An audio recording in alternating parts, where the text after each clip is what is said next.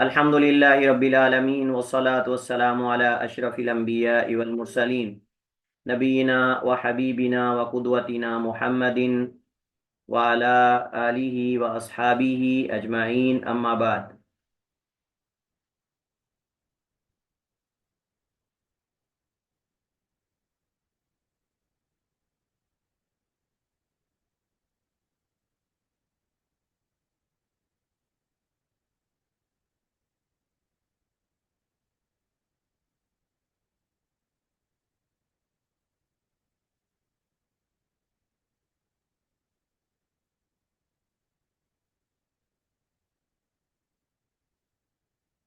جی، تو آج ہمارے پاس جو موضوع ہے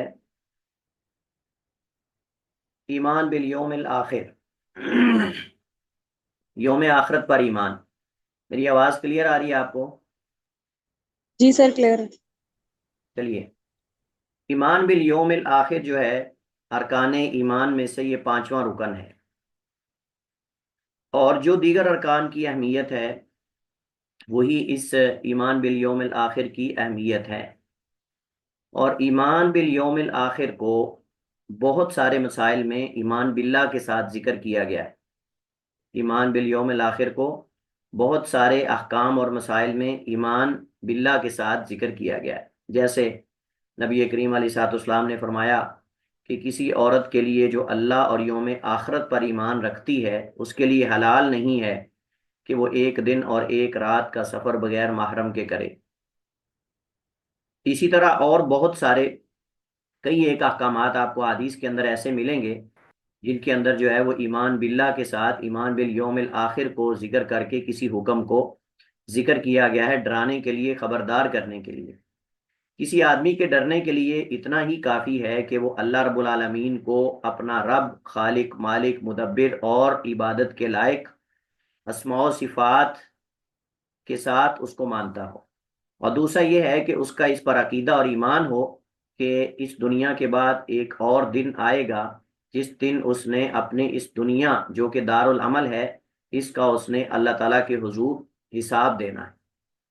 تو یہ ڈرنے کے لیے کافی ہے، یہ بہت بڑی وعید ہے۔ اگر انسان اسی پر، ان دونوں چیزوں پر ہی یقین کر لے تو یہ کافی ہیں، بجائے اس کے کہ دیگر ساری چیزیں اس کے سامنے عذاب کی تفصیلات اور یہ سب چیزیں جو ہے وہ بیان کی جائیں۔ تو بہرحال یہ مقصد ہے اصل۔ تو ایمان بالیوم الآخر جو ہے یہ ارکان ایمان میں سے پانچواں رکن ہے۔ یوم آخرت سے مراد یوم قیامت ہے، اور اسے یوم آخرت اس وجہ سے کہتے ہیں کیونکہ اس کے بعد کوئی اور دن یا یوم نہیں ہوگا، اور یہ انسانی زندگی کے مراحل میں سے آخری مرحلہ ہے، کیونکہ انسان کی زندگی میں جو ٹوٹل مراحل ہیں یا ادوار آپ کہہ سکتے ہیں وہ چار ہیں، چار ادوار ہیں۔ ایک دور ہے ماں کے پیٹ میں، ماں کے پیٹ میں یہ پہلا دور ہے انسان کا، اور اس کے بھی آگے کئی مراحل ہیں، جیسا کہ قرآن کریم میں اس بات کی طرف اشارہ ہے۔ نطفہ ہے، اسی طرح جو ہے وہ علقہ ہے، مضغہ ہے، پھر اس کے بعد مخلقہ ہے، پھر اس کے بعد سورہ ہے، وغیرہ وغیرہ۔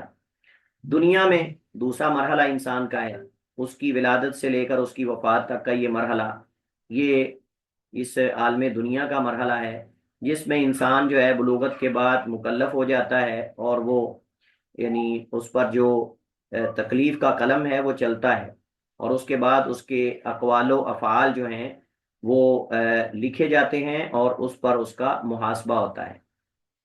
اور پھر اس کے بعد ایک اور عالم آتا ہے جس کو عالم برزخ کہتے ہیں، اور یہ جو عالم برزخ ہے یہ یوم قیامت سے پہلے ہے، یہ یوم قیامت سے پہلے ہے، اور اس کو برزخ اس وجہ سے کہتے ہیں کہ یہ ایک آپ سمجھیں کہ حجاب اور پردہ ہے۔ عالم قیامت، یوم قیامت اور اس دنیا کے جو ایام ہیں ان کے درمیان میں ایک جہان ہے جس کو عالم برزخ کہتے ہیں، جو انسان کے مرنے کے بعد اٹھائے جانے سے پہلے کی زندگی ہے۔ اس کے بعد پھر جو ہے یوم قیامت، اس کا آغاز ہوتا ہے، اور یہ یوم قیامت کا آغاز جو ہے یہ محشر سے ہوگا، یعنی جب لوگ اٹھیں گے اپنی قبروں سے تو اس کا اصل آغاز تو محشر سے ہوگا۔ لیکن جو شخص مر جاتا ہے اس کی قیامت قائم ہو جاتی ہے، جو شخص مر جاتا ہے اس کی قیامت گویا کہ قائم ہو جاتی ہے، اور اس کا حساب و کتاب اور وہ سب چیزیں، اس اعتبار سے کہ اس کے لیے عمل کی گنجائش ختم ہو چکی ہوتی ہے۔ اور یہ جو یعنی یوم آخرت ہے یا یوم قیامت ہے، اس کے بہت سارے نام ہیں قرآن کریم میں، مختلف نام اس کے وارد ہوئے ہیں احادیث کے اندر، قرآن کے اندر۔ اس وجہ سے حافظ ابن حجر رحمہ اللہ تعالیٰ نے تقریباً 80 کے قریب اس کے نام جو ہیں وہ ذکر کیے ہیں، یعنی انہوں نے کہا کہ اس کے 80 کے قریب نام ہیں، پھر انہوں نے 80 کا عدد ذکر کرنے کے بعد جو اہم اور مشہور ہیں ان کی طرف اشارہ بھی کیا ہے۔ تو قیامت کے بہت سارے نام ہیں، اور ان میں سے ہر نام کے پیچھے ایک پورا پس منظر ہے، اور پس منظر کا مطلب اس قیامت کے مختلف احوال ہیں۔ تو اگر ہم ان معانی پہ غور کریں، قیامت کے دن کو پہچاننا چاہتے ہیں کہ اس دن کیا کیا ہوگا، تو ان معانی پہ غور کریں جو اس کے نام ہیں، تو آپ کو یوم قیامت کا جو ہے وہ ایک پورا تعارف جو ہے وہ ہو جائے گا۔ تو قرآن کریم کے اندر مختلف نام جو ہیں وہ اس کے آئے ہیں، یوم القیامہ ہے، الیوم الآخر ہے، یوم العازفہ ہے، یوم البعث ہے، یوم الفصل ہے، یوم المشہود ہے، یوم التناد ہے، یوم الطلاق ہے، یوم الحسرہ ہے، یوم الجمع والتغابن ہے، اسی طرح یوم الحساب ہے، یوم الحاقہ بھی اسے کہتے ہیں۔ اسی طرح جو ہے وہ الطامۃ الکبریٰ بھی قرآن کریم کے اندر یہ لفظ قیامت کے دن کے لیے وارد ہوا ہے۔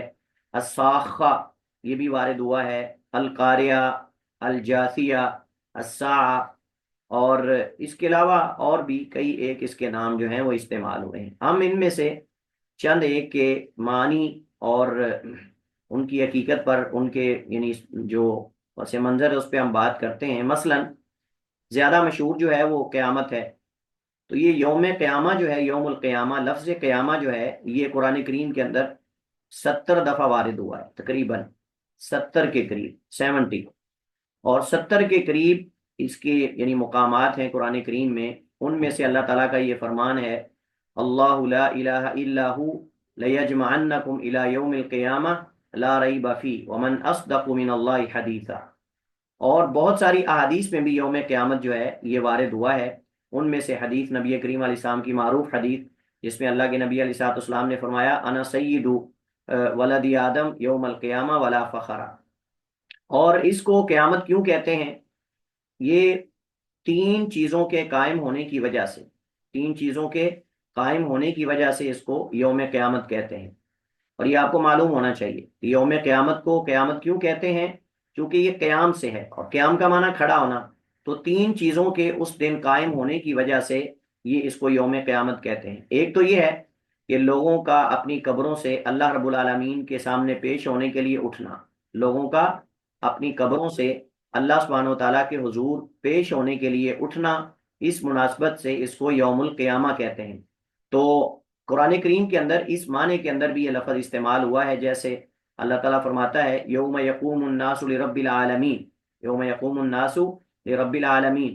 تو یہ گویا کہ ہمیں پتہ چلا کہ قیامت کو اس وجہ سے بھی قیامت کہتے ہیں کہ اس دن لوگ اپنی قبروں سے اٹھائے جائیں گے اللہ رب العالمین کے لیے، یعنی حساب و کتاب کے لیے۔ اسی طرح قیامت کے دن جو گواہ ہیں، جو گواہی دینے والے اس امت کے دیگر امتوں پر اور رسولوں پر، یہ امت کا شرف ہے، یہ جو امت محمدیہ ہے یہ گزشتہ امتوں پر گواہ ہیں، اور یہ اس بات کی گواہی دیں گے کہ اللہ ان کے پاس نبی اور رسول آئے لیکن انہوں نے جھٹلا دیا۔ اور کیسے اس امت کے لوگ گواہی دیں گے؟ کیونکہ انہوں نے قرآن کریم کے اندر پڑھا۔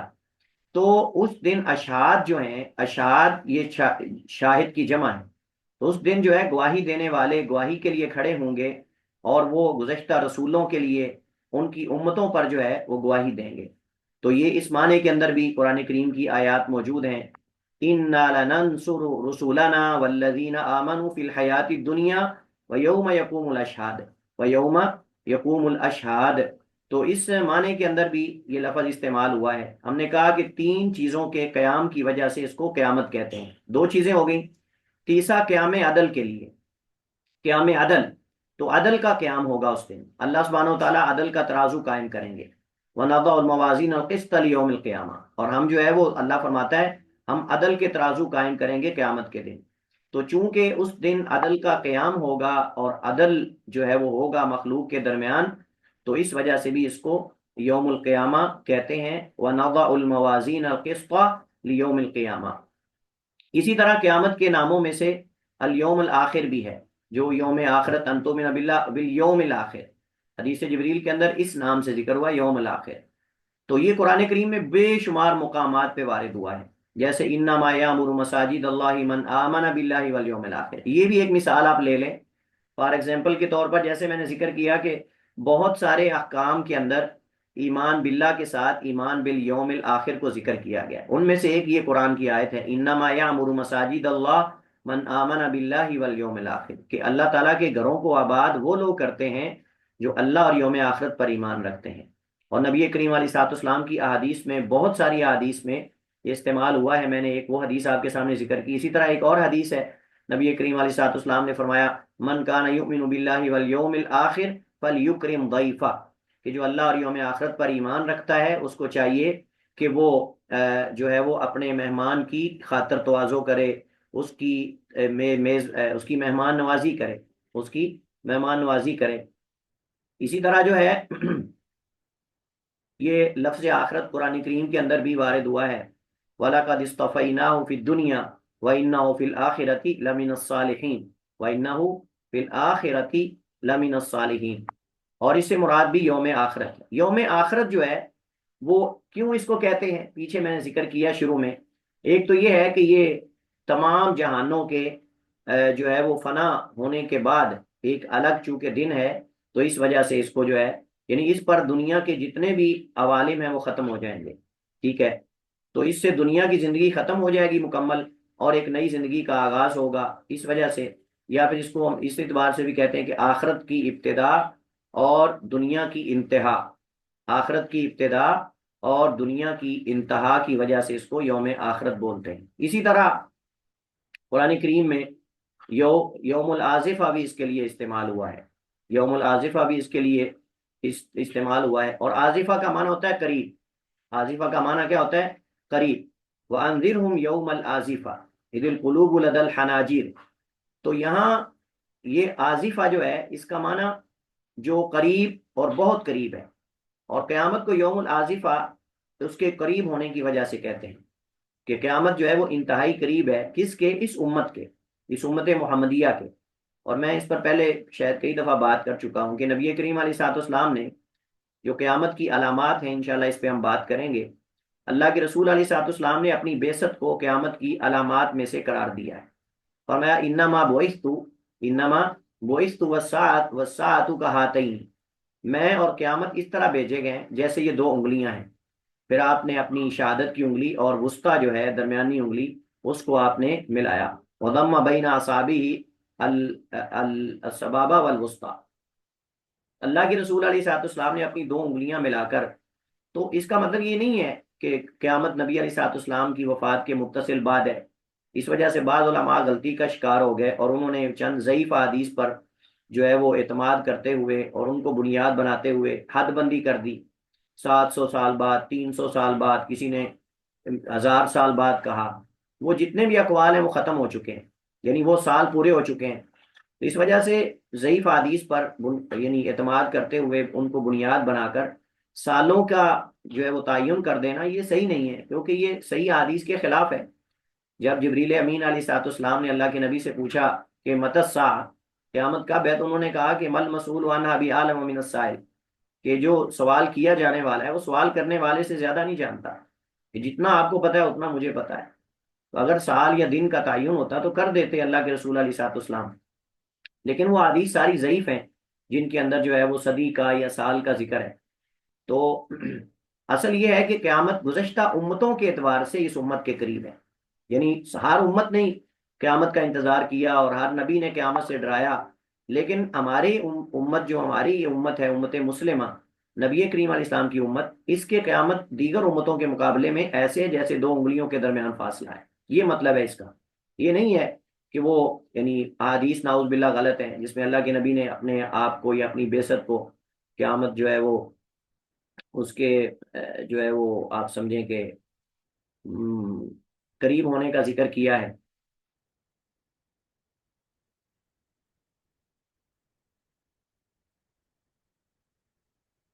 اچھا، اسی طرح اس کو یوم الباس بھی کہتے ہیں. اور یوم الباس جو ہے قرآن کریم میں یہ 2 دفعہ وارد ہوا ہے. قرآن کریم میں یہ 2 دفعہ جو ہے وارد ہوا ہے. اور یوم البعث جو ہے اس کو اس وجہ سے کہتے ہیں کہ اس دن مردوں کو قبروں سے زندہ کر کے اٹھایا جائے گا، ان کو حساب و کتاب کے لیے زندہ کر کے اٹھایا جائے گا تاکہ ان کو معاشر میں اکٹھا کیا جائے اور ان کا جو ہے وہ حساب کتاب ہو۔ اس کو یوم الفصل اس وجہ سے کہتے ہیں کہ یہ جو ہے وہ فیصلے کا دن ہے، اور یہ قرآن کریم کی متعدد آیات میں جو ہے وہ یہ دن کا نام یوم الفصل استعمال ہوا ہے۔ وقالوا یا ویلنا هذا یوم الدین هذا یوم الفصل الذی کنتم فیہ کنتم به تکذبون کنتم به تکذبون۔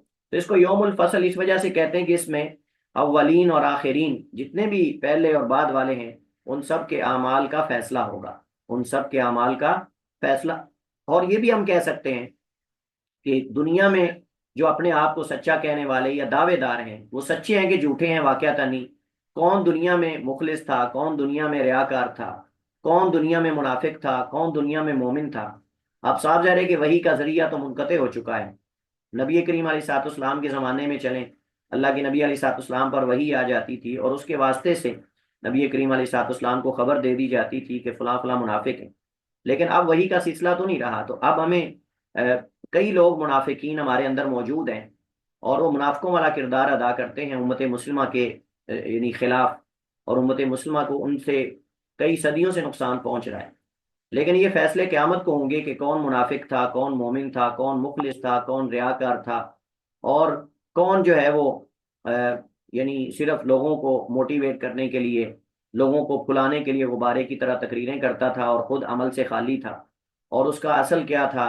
یہ ساری چیزوں کا فیصلہ قیامت کو اللہ سبحانہ و تعالیٰ نے کرنا ہے، اور اس کو یوم المشہود بھی کہتے ہیں۔ اور یہ یوم المشہود جو ہے سورہ ہود میں ایک دفعہ استعمال ہوا ہے، اور ضعیف حدیث کے اندر بھی یہ لفظ استعمال ہوا ہے۔ تو بہرحال یوم المشہود اس کو اس وجہ سے کہتے ہیں کہ اس دن تمام مخلوقات حاضر ہوں گی، تمام مخلوقات اس میدان محشر میں قیامت کے دن حاضر ہوں گی اللہ کے، کوئی بھی ان میں مخفی نہیں ہوگا، کوئی بھی ان میں سے چھپے گا نہیں، کوئی بھی ان میں سے پیچھے نہیں رہے گا۔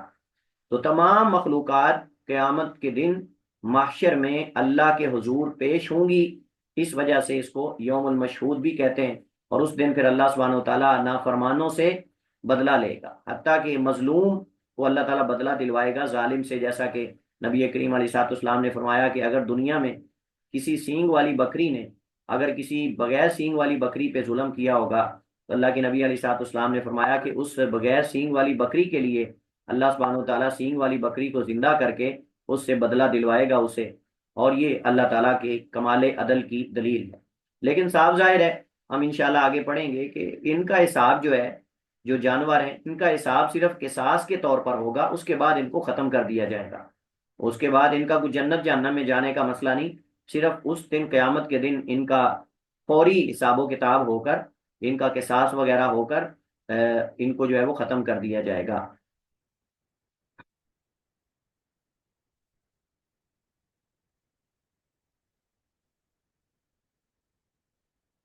اچھا، اس کو یوم التناد بھی کہتے ہیں، اس قیامت کے دن کو یوم التناد بھی کہتے ہیں۔ تناد یہ منادی سے ہے، اور منادی کا معنی بلایا جانا، آواز دیا جانا۔ اور آپ کو پتہ ہے قیامت کے دن کئی آوازیں ہوں گی، کئی دفعہ بلایا جائے گا، کبھی اہل جہنم کو بلایا جائے گا، کبھی اہل جنت کو بلایا جائے گا، کبھی اہل جنت اہل جہنم کو بلائیں گے، کبھی اہل جہنم اہل جنت کو بلائیں گے۔ قرآن کریم کے اندر متعدد مقامات پر منادی کے الفاظ موجود ہیں بلانے کے، یعنی ونادى اصحاب الجنت اصحاب النار، اور جو اصحاب جنت ہیں یعنی اہل جنت وہ اہل جہنم کو بلائیں گے۔ اسی طرح جو اصحاب اعراف ہیں، اصحاب الاعراف، وہ جو ہیں وہ یعنی بلائیں گے، آواز دیں گے، ونادى اصحاب الاعراف رجالا يعرفونهم بسيماهم۔ اسی طرح جو ہے وہ اہل جہنم اہل جنت کو بلائیں گے، ونادى اصحاب النار اصحاب الجنہ۔ اسی طرح فرشتے اہل جنت کو بلائیں گے۔ یعنی میں آپ کو یہ بتانا چاہ رہا ہوں کہ اس کو یوم التناد کیوں کہتے ہیں، اور یہ آپ نوٹ فرما لیجئے، بعد میں انشاءاللہ آپ کو یہ چیزیں مستقبل فیوچر میں فائدہ دیں گی۔ جیسے میں نے ذکر کیا کہ آپ ان ناموں سے قیامت کا تعارف کر سکتے ہیں کہ قیامت میں کیا کیا کچھ ہوگا۔ اگر آپ احوال قیامت پہ کچھ لکھنا چاہتے ہیں یا کچھ بولنا چاہتے ہیں یا کچھ آپ بتانا چاہتے ہیں تو یہ آپ کو انشاءاللہ فائدہ دے گا۔ آپ اس میں سے ایک ایک نام پر لیکچر دے سکتے ہیں، ایک ایک نام پر آپ بڑی کھل کے گفتگو کر سکتے ہیں اور لوگوں کو تعارف کروا سکتے ہیں، اور اس پر کئی لیکچرز ہو سکتے ہیں۔ تو میں تو اختصار سے آپ کے سامنے یہ ذکر کر رہا ہوں۔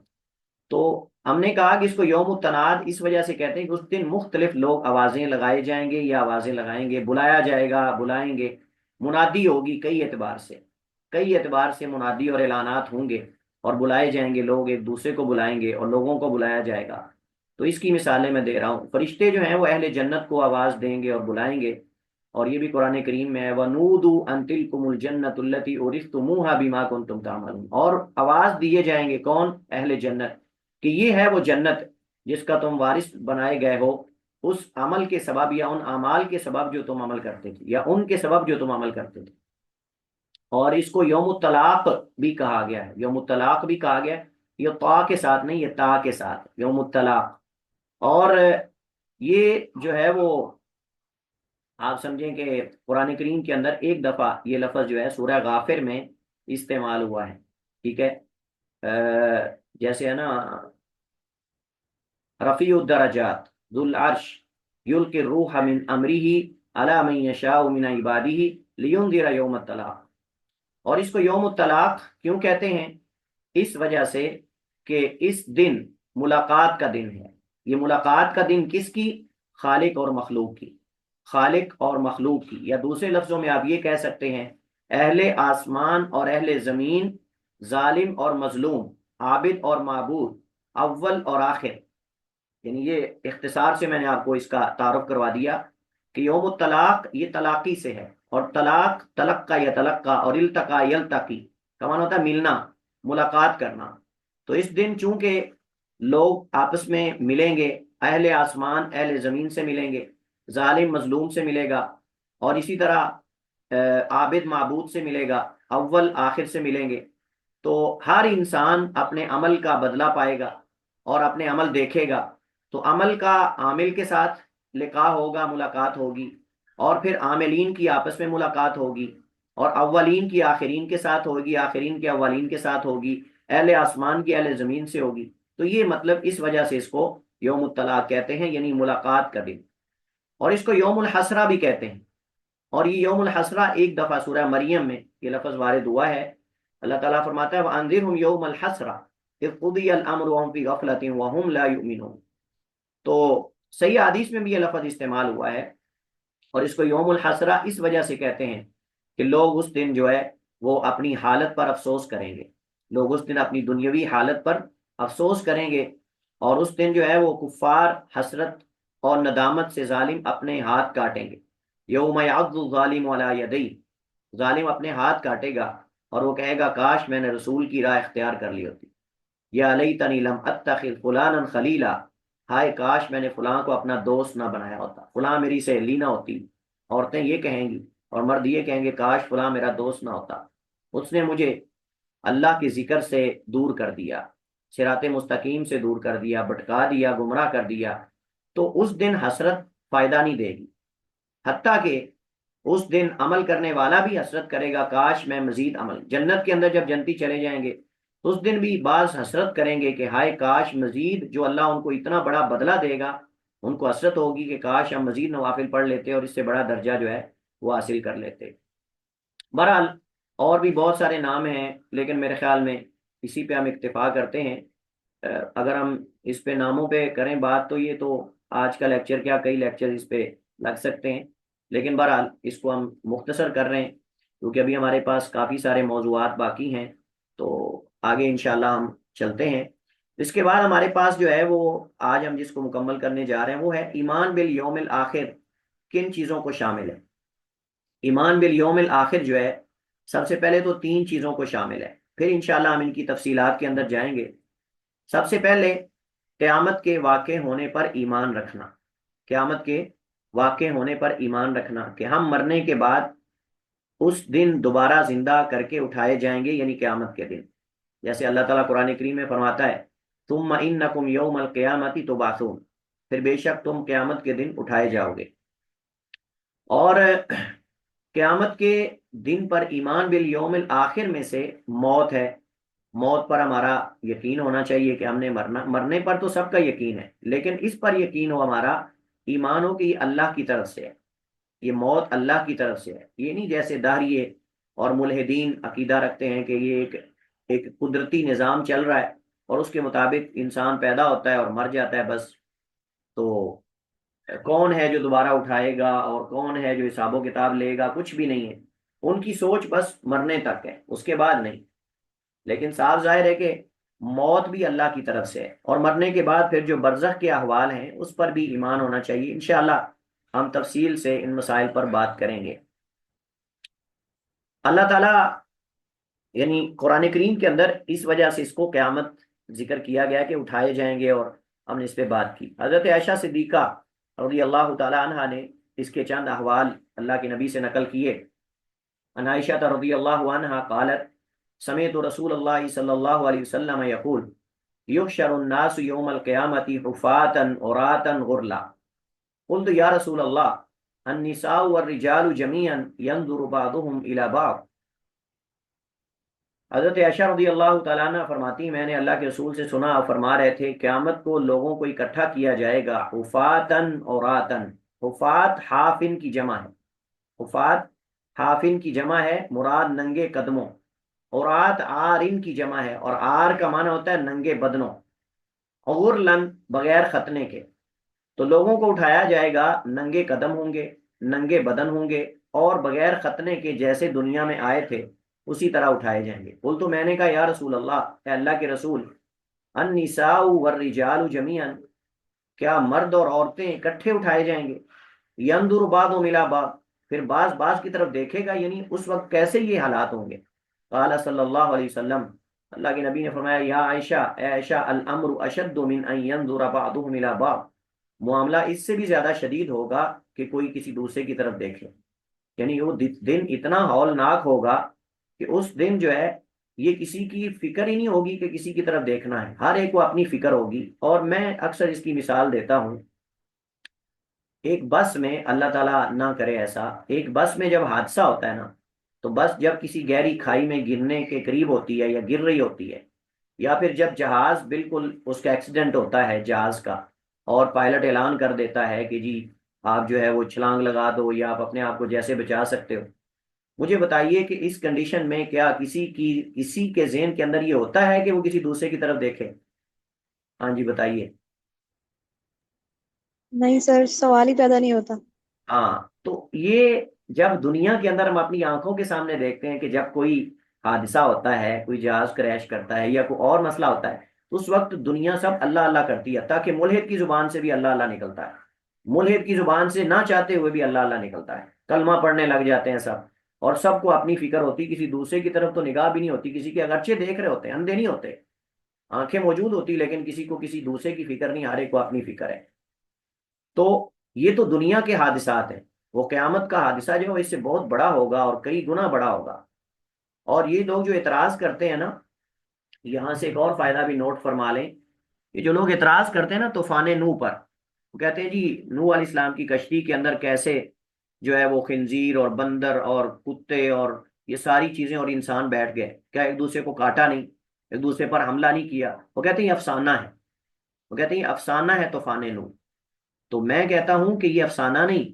جب عذاب آتا ہے نا، جب طوفان آتا ہے، جب کوئی زلزلہ آتا ہے، تو انسانوں سے پہلے حیوانات کو پتہ چل جاتا ہے. انسان، تیرے ریڈار اور تیرے یہ جو آلات ہیں، اس سے پہلے جانوروں کو اللہ نے ان کے اندر حصی انسان سے کئی گنا زیادہ رکھی. انسان تو آلات کے ذریعے پہچانتا ہے نا، جانوروں کو کئی گھنٹے پہلے پتہ چل جاتا ہے کہ زلزلہ آنے والا ہے اور کوئی طوفان یا کوئی اس طرح کی کوئی یعنی خطرناک چیز آنے والی ہے، جانور پہلے ہی ڈرے ہوتے ہیں. تو اللہ تعالیٰ نے تو ان چیزوں کی حص انسان سے بھی زیادہ جانوروں کے اندر رکھی ہے. تو مجھے بتائیے کہ جب زلزلہ آتا ہے یا جب طوفان آتا ہے تو جانور ڈرے ہوتے ہیں. تو اس وقت پوری زمین پر پانی تھا. طوفان سونامی آپ نے دیکھا ہے؟ سونامی تو آدمی ویڈیو میں نہیں دیکھ سکتا، کوئی وہی دیکھ سکتا ہے جو مضبوط دل والا ہے. کمزور دل والے لوگ تو ویڈیو میں طوفانے وہ جو تو سونامی ہے وہ نہیں دیکھ سکتے.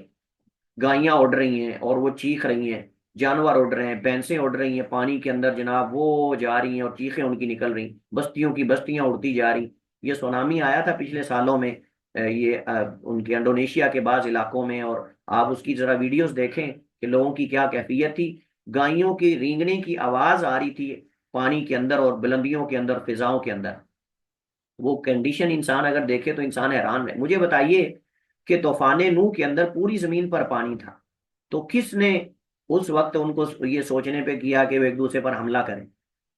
یعنی کوئی بندر خنزیر کیسے انسانوں پہ حملہ کرے؟ وہ تو سارے ڈرے ہوئے ہیں، دائیں بائیں اوپر نیچے سارا پانی پانی، کون کس پہ حملہ کرنے کا سوچ سکتا ہے؟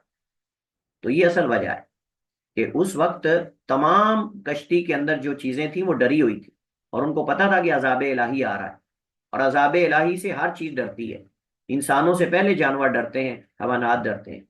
لہذا یہ کیسے اعتراض ہو سکتا ہے کہ جی وہ کہ طوفان نوح ایک افسانہ ہے اور کوئی اس کی حقیقت نہیں؟ کیسے ایک کشتی پر سارے حیوانات اور انسان بیٹھ گئے؟ وہ عذاب تھا، وہ عذاب کی صورت تھی، اور پوری زمین پر پانی تھا، اور ان کو سونامی نظر آ رہا تھا، او پہاڑوں کی طرح بڑی بڑی موجیں پانی کی اڑتی ہوئی آ رہی تھی۔ تو مجھے بتائیں کہ اس کیفیت کے اندر کس کتے کو حملہ کرنے کی ہوگی انسان پر، کس خنزیر کو حملہ کرنے کی ہوگی، یا شیر چیتے کو انسان پر؟ کون سوچ سکتا ہے یہ؟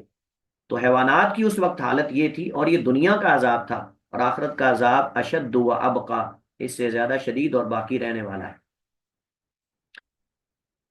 اس دن میں ہونے والے تمام امور پر ایمان، جس کا ذکر کتاب و سنت میں ہوا ہے، جیسا کہ حساب و کتاب ہے، موت سے لے کر آگے تک، میزان، پل صراط، حوض، سور کا پھونکا جانا، جنت جہنم وغیرہ، یہ ساری چیزوں پر ایمان، یہ ایمان بالیوم الآخر کا جز اور حصہ ہے۔ ان میں سے کسی ایک کا بھی انکار، یہ ایمان بالیوم الآخر کا انکار ہے۔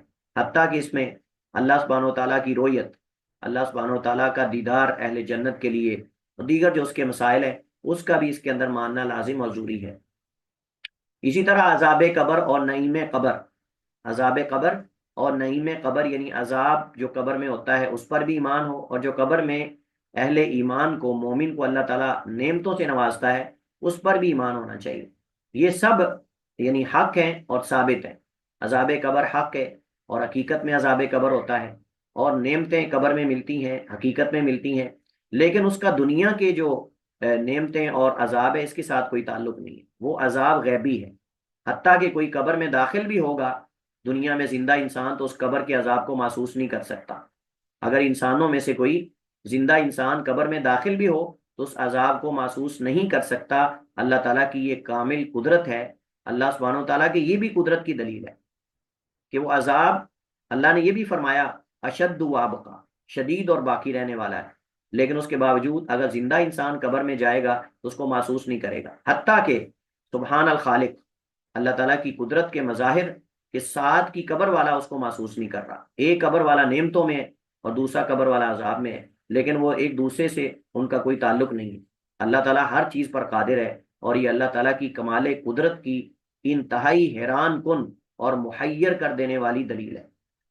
کوئی نہ مانے تو نہیں مانتا، نہ مانے نہیں مانتا تو نہ مانے، لیکن یہ غیب کے مسائل ہیں، اس پر صحیح صادق و مصدوق خبر دینے والے پر یقین کرنا لازم ہے، کیونکہ یہ عقل کے دائرہ کار سے باہر ہے، اور جو چیزیں عقل کے دائرہ کار سے باہر ہوتی ہیں ان کو غیبیات، ان کے اندر عقل کے گھوڑے دوڑانا، یہ سراسر گمراہی اور جہالت ہے، اس کے علاوہ کچھ نہیں۔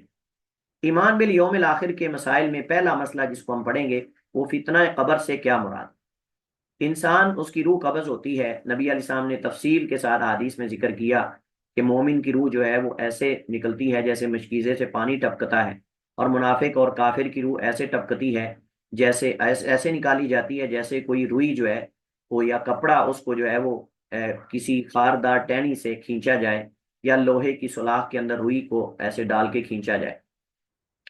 اور پھر یعنی مومن کی روح جو ہے وہ آسمانوں میں لے جائی جاتی ہے علیین کے اندر، اور جو منافق اور دوسرے فاسق دیگر لوگ ہیں ان کی روح سجین کے اندر زمین کی گہرائیوں میں پھینکی جاتی ہے، اور اس کو آسمانوں میں نہیں لے جایا جاتا، نہ اس کی ترغیب ہوتی ہے، اور نہ، اور جو ہے وہ فرشتے اس کی بدبو محسوس کرتے ہیں، اور نیک مومن کی روح سے خوشبو محسوس کرتے ہیں۔ ساری تفصیلات اپنی جگہ پر موجود ہیں، ہم اختصار سے یہ چیزیں ذکر کر رہے ہیں۔ تو اس کے بعد قبر میں جب دفن کر دیا جاتا ہے تو قبر میں دو چیزیں ہیں، ایک ہے عذاب قبر اور ایک ہے فتنہ قبر، دونوں میں فرق ہے۔ فتنہ قبر جو ہے وہ فرشتوں کا منکر اور نکیر کا سوال کرنا ہے، منکر اور نکیر کا سوال کرنا ہے، اور عذاب قبر اس کے نتیجے میں اگر انسان ناکام ہو جائے تو وہ جو ناکام ہونے کے نتیجے میں اس کو سزا ملتی ہے اس کو عذاب قبر کہتے ہیں۔ ٹھیک ہے، تو فتنہ قبر سوالات ہیں، اور جو عذاب ہے وہ اس کا نتیجہ ہے اگر انسان ناکام ہو جاتا ہے تو۔ اور منکر اور نکیر جو ہیں یہ آتے ہیں اس کے پاس اور اس سے حساب و کتاب لیتے ہیں، سوال کرتے ہیں من ربو کا، ما دینو کا، من نبیو کا وغیرہ، یہ سوالات ہوتے ہیں۔ اور ان کو منکر اور نکیر اس وجہ سے کہتے ہیں کہ وہ اجنبی ہوتے ہیں اور ایک ایسی شکل میں آتے ہیں جس سے وہ قبر والا بالکل جو ہے وہ ناواقف ہوتا ہے اور نئی شکل اس کے لیے ہوتی ہے۔ تو منکر یعنی جس کو پہچاننے سے انکار کر دیا جائے، اور نکیر بھی منکر کے معنی میں فعیل، مفعول کے معنی میں، فعیل کبھی فاعل کے معنی میں آتا ہے کبھی مفعول کے معنی میں، تو جیسے منکر ایسے ہی نکیر ہے، فعیل بمعنی مفعول اور منکر بھی مفعول ہے۔ تو اس کا معنی یعنی جو ان کے ہاں صاحب قبر کے ہاں غیر پہچانی ہوئی شخصیت ایسی شکل میں آئیں گے جو اجنبی ہوگی اور وہ قبر والے کے تصور میں بھی نہیں ہوگی۔ اور یہ جو فتنہ قبر ہے اس کے دلائل کتاب و سنت میں تواتر کے ساتھ موجود ہیں، جو کہ عقیدے کی کتب میں بکثرت موجود ہیں۔ اللہ تعالیٰ قرآن کریم میں فرماتا ہے یثبت اللہ الذین آمنوا بالقول الثابت فی الحیات الدنیا وفی الآخرہ۔ اللہ تعالیٰ اہل ایمان کو قول ثابت کے ساتھ ثابت رکھتا ہے دنیا میں بھی، یعنی دین پر استقامت اللہ تعالیٰ نصیب کرتا ہے اور حسن خاتمہ ہوتا ہے، اور پھر آخرت میں بھی اللہ سبحانہ وتعالیٰ اس کو یعنی، اور اس میں مراد یہاں فی الیوم الاخر سے مراد، فی الاخرہ سے مراد یعنی قبر میں، اللہ تعالیٰ اسے قبر میں جو ہے وہ ثابت قدم رکھتا ہے۔ اس وجہ سے نبی کریم علیہ الصلوۃ والسلام جب کسی کو دفن کرتے تو آپ فرماتے اپنے بھائی کے لیے ثابت قدمی کی دعا کرو، اپنے بھائی اللہم ثبتہ بالقول الثابت، اللہم ثبتہ بالقول الثابت، یہ دعا اللہ کے رسول علیہ الصلوۃ والسلام کرتے تھے اور قرآن نے اس طرف اشارہ کیا ہے۔ سیدہ اسماء بنت ابی بکر صدیق رضی اللہ تعالی عنہ سے حدیث ہے، فرماتی ہیں اللہ کے رسول علیہ السلام نے فرمایا وَلَقَدْ أُوحِيَ إِلَيَّ أَنَّكُمْ تُفْتَنُونَ فِي الْقُبُورِ مثل أو قریبا من فتنة الدجال، کہ میری طرف اللہ نے وحی کی ہے یا وحی کی گئی ہے کہ تم قبروں میں فتنے میں مبتلا کیے جاتے ہو، مثل او قریبا من فتنة الدجال، یا تو مثل یا پھر کہا قریب، یعنی فتنہ دجال کی مثل یا اس کے قریب۔ اس کا مطلب یہ ہے کہ دجال کا فتنہ فتنوں میں سب سے بڑا فتنہ ہے، اور اس پر ہم بات کر چکے ہیں اور آگے بھی انشاءاللہ کریں گے۔ اس کو فتنہ کیوں بڑا فتنہ کہا گیا دجال کو، اور یہ قبر کا فتنہ اس کے قریب قریب یا اس کی طرح ہے، آپ سوچیں ذرا۔ اور یہ دجال کے فتنے سے ہر نبی نے پناہ مانگی اور اپنی امت کو ڈرایا ہے، تو سوچیں آپ ذرا کہ فتنہ قبر اس کی طرح یا اس کے قریب قریب ہے، اس کے قریب قریب ہے۔ اور اس کا مطلب یہ کہ وہی فتنہ قبر میں کامیاب ہوگا جو دنیا میں جو ہے وہ کلمہ توحید پر ثابت رہا اور اس کے تقاضے پورے کرتا رہا۔ فائدہ، امام سیوطی رحمہ اللہ تعالیٰ نے کتاب الصدور میں تقریباً 26 کے قریب صحابہ کرام رضوان اللہ اجمعین سے فتنہ قبر کے متعلق احادیث نقل کی۔ کہتے ہیں کہ 26 کے قریب صحابہ کرام علیہم الرضوان ان سے جو ہے وہ فتنہ قبر کے متعلق احادیث مروی ہیں اور یہ تواتر کی حد تک پہنچتی ہیں۔ عذاب قبر بھی حق اور کتاب و سنت سے ثابت ہے، فتنہ قبر بھی حق ہے اور عذاب قبر بھی حق۔ اور میں نے یہ عرض کیا کہ دونوں میں فرق ہے، بعض ہمارے مسلمان ایک ہی سمجھتے ہیں، چیزیں دونوں الگ الگ ہیں۔ تو عذاب قبر یہ اگرچہ اس یعنی ازمائش کا حصہ ہے لیکن یہ نتیجہ ہے اس کا، اور یہ قرآن سے بھی ثابت ہے اور حدیث سے بھی۔ جو کہتے ہیں نا کہ صرف یہ جو ہے وہ حدیث سے ثابت ہے قرآن سے نہیں، تو ان کو یہ دلائل پڑھنے چاہیے۔ وَحَاقَ بِآلِ فِرْعَوْنَ سُوءَ الْعَذَابِ، وَحَاقَ بِآلِ فِرْعَوْنَ سُوءَ الْعَذَابِ النَّارُ يُعْرَضُونَ عَلَيْهَا غُدُوًّا وَعَشِيًّا وَيَوْمَ تَقُومُ السَّاعَةُ أَدْخِلُوا آلَ فِرْعَوْنَ أَشَدَّ الْعَذَابِ۔ اس سے مراد عذاب قبر ہے، اس سے مراد عذاب قبر ہے۔ اور اہل سنہ جو ہیں وہ آپ سمجھیں کہ تمام کا اس پر اتفاق ہے کہ اس میں جو ہے وہ ادخلوا آل فرعون اشد العذاب، یہ اس سے مراد جو ہے وہ عذاب قبر ہے۔ النار یعرضون علیہا غدوا وعشیا، غدوا وعشیا اس سے مراد جو ہے عذاب قبر ہے، کیونکہ فوت ہو چکے ہیں، مر چکے ہیں، غرق ہو چکے ہیں، اور ان پر دن رات جو ہے وہ یعنی آپ سمجھیں کہ عذاب پیش کیا جاتا ہے، آگ جو ہے اس پر ان کو پیش کیا جاتا ہے۔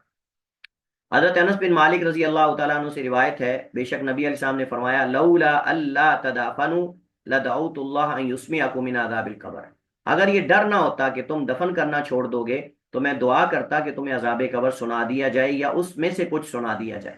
من عذاب القبر کا معنی بعض، یہ من تبیزیہ ہے، یعنی عذاب قبر میں سے کچھ سنا دیا جائے، سب تو تم سننا برداشت نہیں کر سکتے لیکن کچھ۔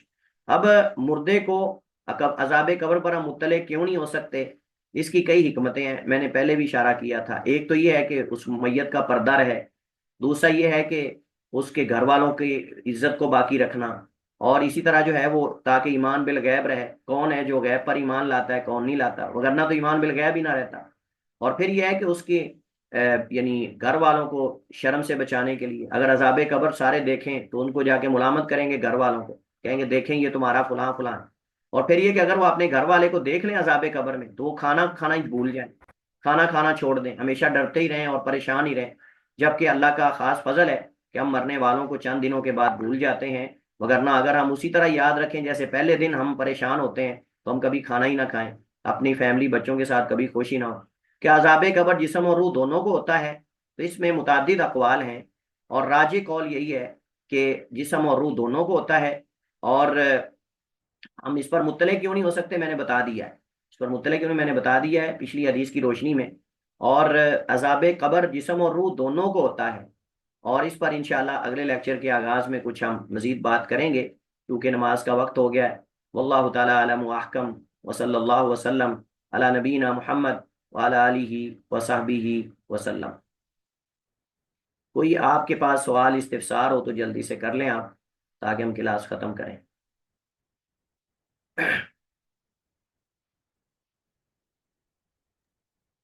السلام علیکم۔ وعلیکم السلام ورحمۃ اللہ جی۔ سر میرا پچھلی کلاس کے حوالے سے سوال ہے، کر لوں؟ ہاں کریں جلدی۔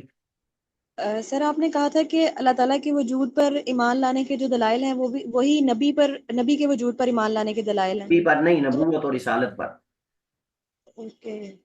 نبوت تو اور سر رسالت کی میں نے بات کی تھی۔ اگر آپ اس کو تھوڑی سی اس کی وضاحت کر دیں تو آسانی ہو جائے گی۔ اب یہ تفصیل طلب ہے، تفصیل طلب بات ہے، تو آپ وہ دلائل دیکھیں نا اللہ پر، اللہ تعالیٰ کے وجود پر ایمان لانے کے۔ اللہ جی اللہ کو ہم کیسے مانتے ہیں کہ اللہ موجود ہے؟ سر مطلب اپنے نفس میں جیسے اللہ تعالیٰ نے غور و فکر کرنے کا کہا ہے، اپنے ارد گرد اور اپنے آپ پر جب اللہ غور تعالیٰ و کا فکر وجود کرنے سے۔ مان لیا، جب اللہ تعالیٰ کا جی وجود مان لیا، تو کیا اللہ جی تعالیٰ کے لیے یہ ممکن نہیں کہ وہ رسول بھیجے؟ جی بالکل ممکن ہے۔ تو یہ ہم نے جو بعد میں عقلی دلائل پڑھے تھے وہ سارے دلائل ہیں، جو ہم نے نبوت اور رسالت کے حق ہونے پر عقلی دلائل پڑھے تھے وہ سارے دلائل اس کے ہی ہیں۔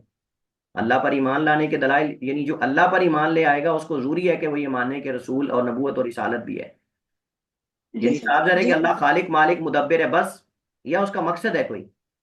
مقصد یہ کہ وہ عبادت کریں بندے اس کی، یہی ہے نا؟ جی تو جی عبادت بالکل۔ کیسے کریں گے؟ یہ تو نہیں کہ اللہ تعالیٰ نے دنیا میں انسان بنا کے چھوڑ دیا ان کو بیکار، عبادت کے لیے بنایا نا، یہ جب مقصد ثابت ہو جائے گا تو اس کے لیے نبوت اور رسالت بھی ثابت ہو جائے گی۔